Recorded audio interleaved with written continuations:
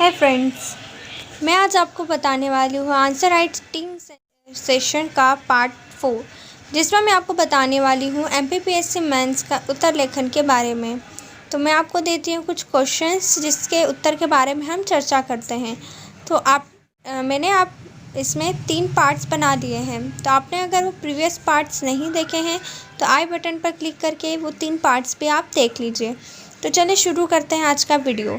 आज की वीडियो में मैं आपको बताने वाली हूँ मौर्य युग और गुप्त साम्राज्य के कुछ इम्पॉर्टेंट टॉपिक्स। तो चलिए शुरू करते हैं। सबसे पहले टॉपिक आता है हमारा मौर्य युग। मौर्य युग के कुछ इम्पॉर्टेंट टॉपिक्स हैं।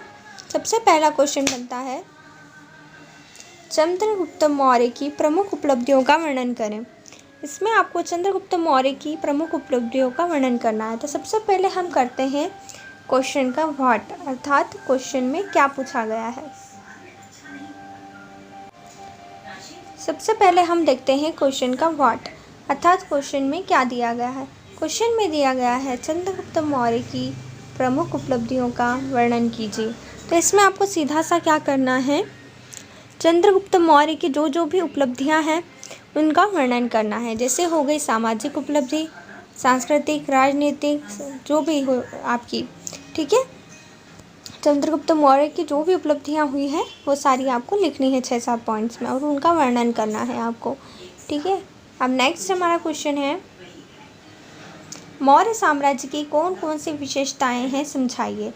अब इसमें आपको क्या करना है, सबसे पहले आंसर राइटिंग फॉर्मेट हम देख लेते हैं क्या करना है। आपको इंट्रो देना है, बॉडी देना है, कंक्लूजन देना है, ठीक है। तो आप इंट्रो में क्या देंगे, मौर्य साम्राज्य के बारे में कुछ थोड़ा सा लिख देंगे। इसके बाद आप क्या करेंगे, बॉडी में उसकी कुछ विशेषताएं लिखेंगे। वही सामाजिक विशेषता क्या थी, राजनीतिक विशेषता क्या थी, आर्थिक, सांस्कृतिक, ठीक है, धार्मिक, तो ये आपको लिखना है मौर्य साम्राज्य में। फिर उसका कंक्लूजन लिख दीजिएगा कि विशेषताएं कितनी अच्छी थी और इसका क्या प्रभाव पड़ा मौर्य साम्राज्य में, ये सारी चीज़ें। नेक्स्ट क्वेश्चन आता है हमारा, मौर्य साम्राज्य के पतन के कारण लिखिए। अब इसमें आपको जो मौर्य साम्राज्य है उसका पतन कैसे हुआ वो लिखना होगा, कौन कौन से कारक थे वो लिखने होंगे। तो आप बॉडी में वही सारे कारण लिख दीजिएगा जो भी मौर्य साम्राज्य के पतन में सहायक रहे हैं। नेक्स्ट क्वेश्चन पे हमारा आता है, मौर्य काल में हुए भौतिक संस्कृति के विकास का वर्णन करें। अब इसमें आपको क्या करना है, मौर्य काल में जो भी भौतिक संस्कृति के विकास हुआ है, भौतिक संस्कृति का विकास हुआ है, उन सभी का आपको वर्णन करना है, ठीक है। तो मौर्य काल में जो भी भौतिक संस्कृतियों का विकास हुआ आप पूरा उसे बॉडी में लिख दीजिएगा। नेक्स्ट हमारा क्वेश्चन है, भारतीय ललित कला और वास्तुकला में मौर्य का क्या योगदान रहा। तो आपको सीधा सा क्या करना है, भारतीय ललित कला है और वास्तुकला है, उसमें मौर्य का योगदान। तो आप सबसे पहले ललित कला को टॉपिक बनाइए, हेडिंग डालिए ललित कला। उसके बाद क्या कीजिए, आप मौर्य का योगदान लिख दीजिएगा। फिर इसके बाद आप क्या करेंगे, इसके बाद आप करेंगे वास्तुकला, हेडिंग डालेंगे और फिर लिख देंगे मौर्य का योगदान। तो ऐसे ही आपको लिखना है। तो आपका क्या है कि क्वेश्चन की डिमांड भी उससे समझ में आ जाएगी कि क्या है, और एग्जामिनर जब चेक करेगा तब उससे दिखेगा कि हाँ आपने पूरे क्वेश्चन की जो भी डिमांड है उसे फुलफ़िल किया है, ठीक है। नेक्स्ट पे आता है हमारा टॉपिक है गुप्त साम्राज्य। गुप्त साम्राज्य में आपका सबसे पहला क्वेश्चन आता है, 400 ईसा पूर्व से 600 ईसा पूर्व के मध्य धार्मिक स्थिति क्या थी। अब आपको क्या करना है, 400 से 600 ईसा पूर्व में जो भी धार्मिक स्थिति रही है उसका पूरा वर्णन करना है, ठीक है। अर्थात 400 से 600 ईसा पूर्व के मध्य किसका साम्राज्य था, गुप्तों का साम्राज्य था। तो इस समय की धार्मिक स्थिति क्या थी उसका वर्णन कीजिए। अर्थात इस क्वेश्चन में आपको धार्मिक स्थिति के बारे में बताना होगा कि धार्मिक स्थिति क्या थी, ठीक है। जैसे ब्राह्मणों का बहुत महत्व बढ़ गया था और जो दान दक्षिणा देना उन्हें ज़्यादा हो गया था, राजाओं में भी बड़े बड़े यज्ञ अनुष्ठान किए जा रहे थे, ठीक है। तो धार्मिक स्थिति आपको बतानी होगी।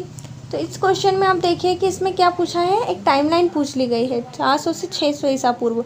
तो ऐसे भी आपको क्वेश्चन आ सकते हैं। तो आप जो भी साम्राज्य हैं उनकी टाइमलाइंस को भी ध्यान में रख के चलिएगा कि किस ईसा पूर्व से किस ईसा पूर्व तक वो साम्राज्य रहा है। तो ऐसे करके भी आपको क्वेश्चन पूछ सकते हैं। नेक्स्ट क्वेश्चन पे आते हैं हम। गुप्त प्रशासन पद्धति तथा मौर्य प्रशासन पद्धति में क्या अंतर था।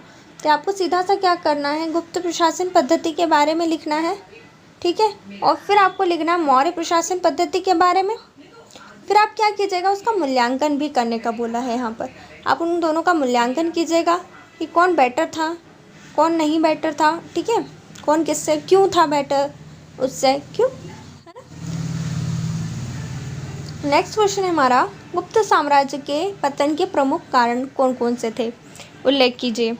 अब गुप्त साम्राज्य के पतन के कारण यहाँ पे हमको लिखने हैं। जैसे मौर्य साम्राज्य का पतन हुआ था, वैसे ही आपको गुप्त साम्राज्य के पतन के प्रमुख कारण लिखना है और उसका उल्लेख करना है कि जो कारण थे वो कहाँ तक गुप्त साम्राज्य के पतन में सहायक हुए हैं।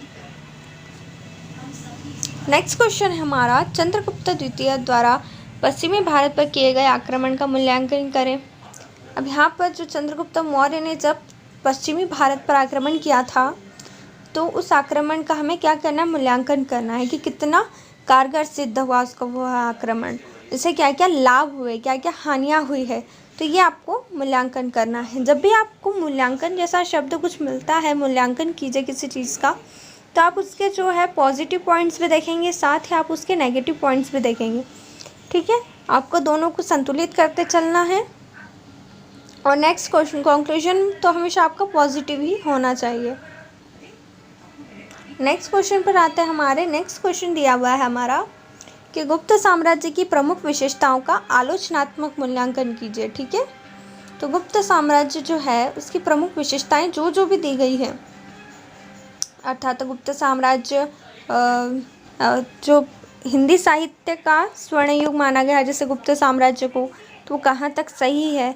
तो ये आपको आलोचनात्मक मूल्यांकन करना है कि धार्मिक स्थिति थी इसकी, तो ऐसा आपको बताना होगा कि कैसे कैसे फिर धीरे धीरे ब्राह्मणों का महत्व बढ़ता गया और शूद्रों को नीचे बताया गया।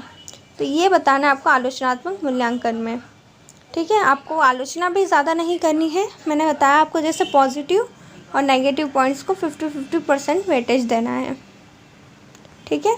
आज का हमारा टॉपिक यहीं पे समाप्त होता है। हमारे वीडियो को लास्ट तक देखने के लिए thanks and keep watching with me.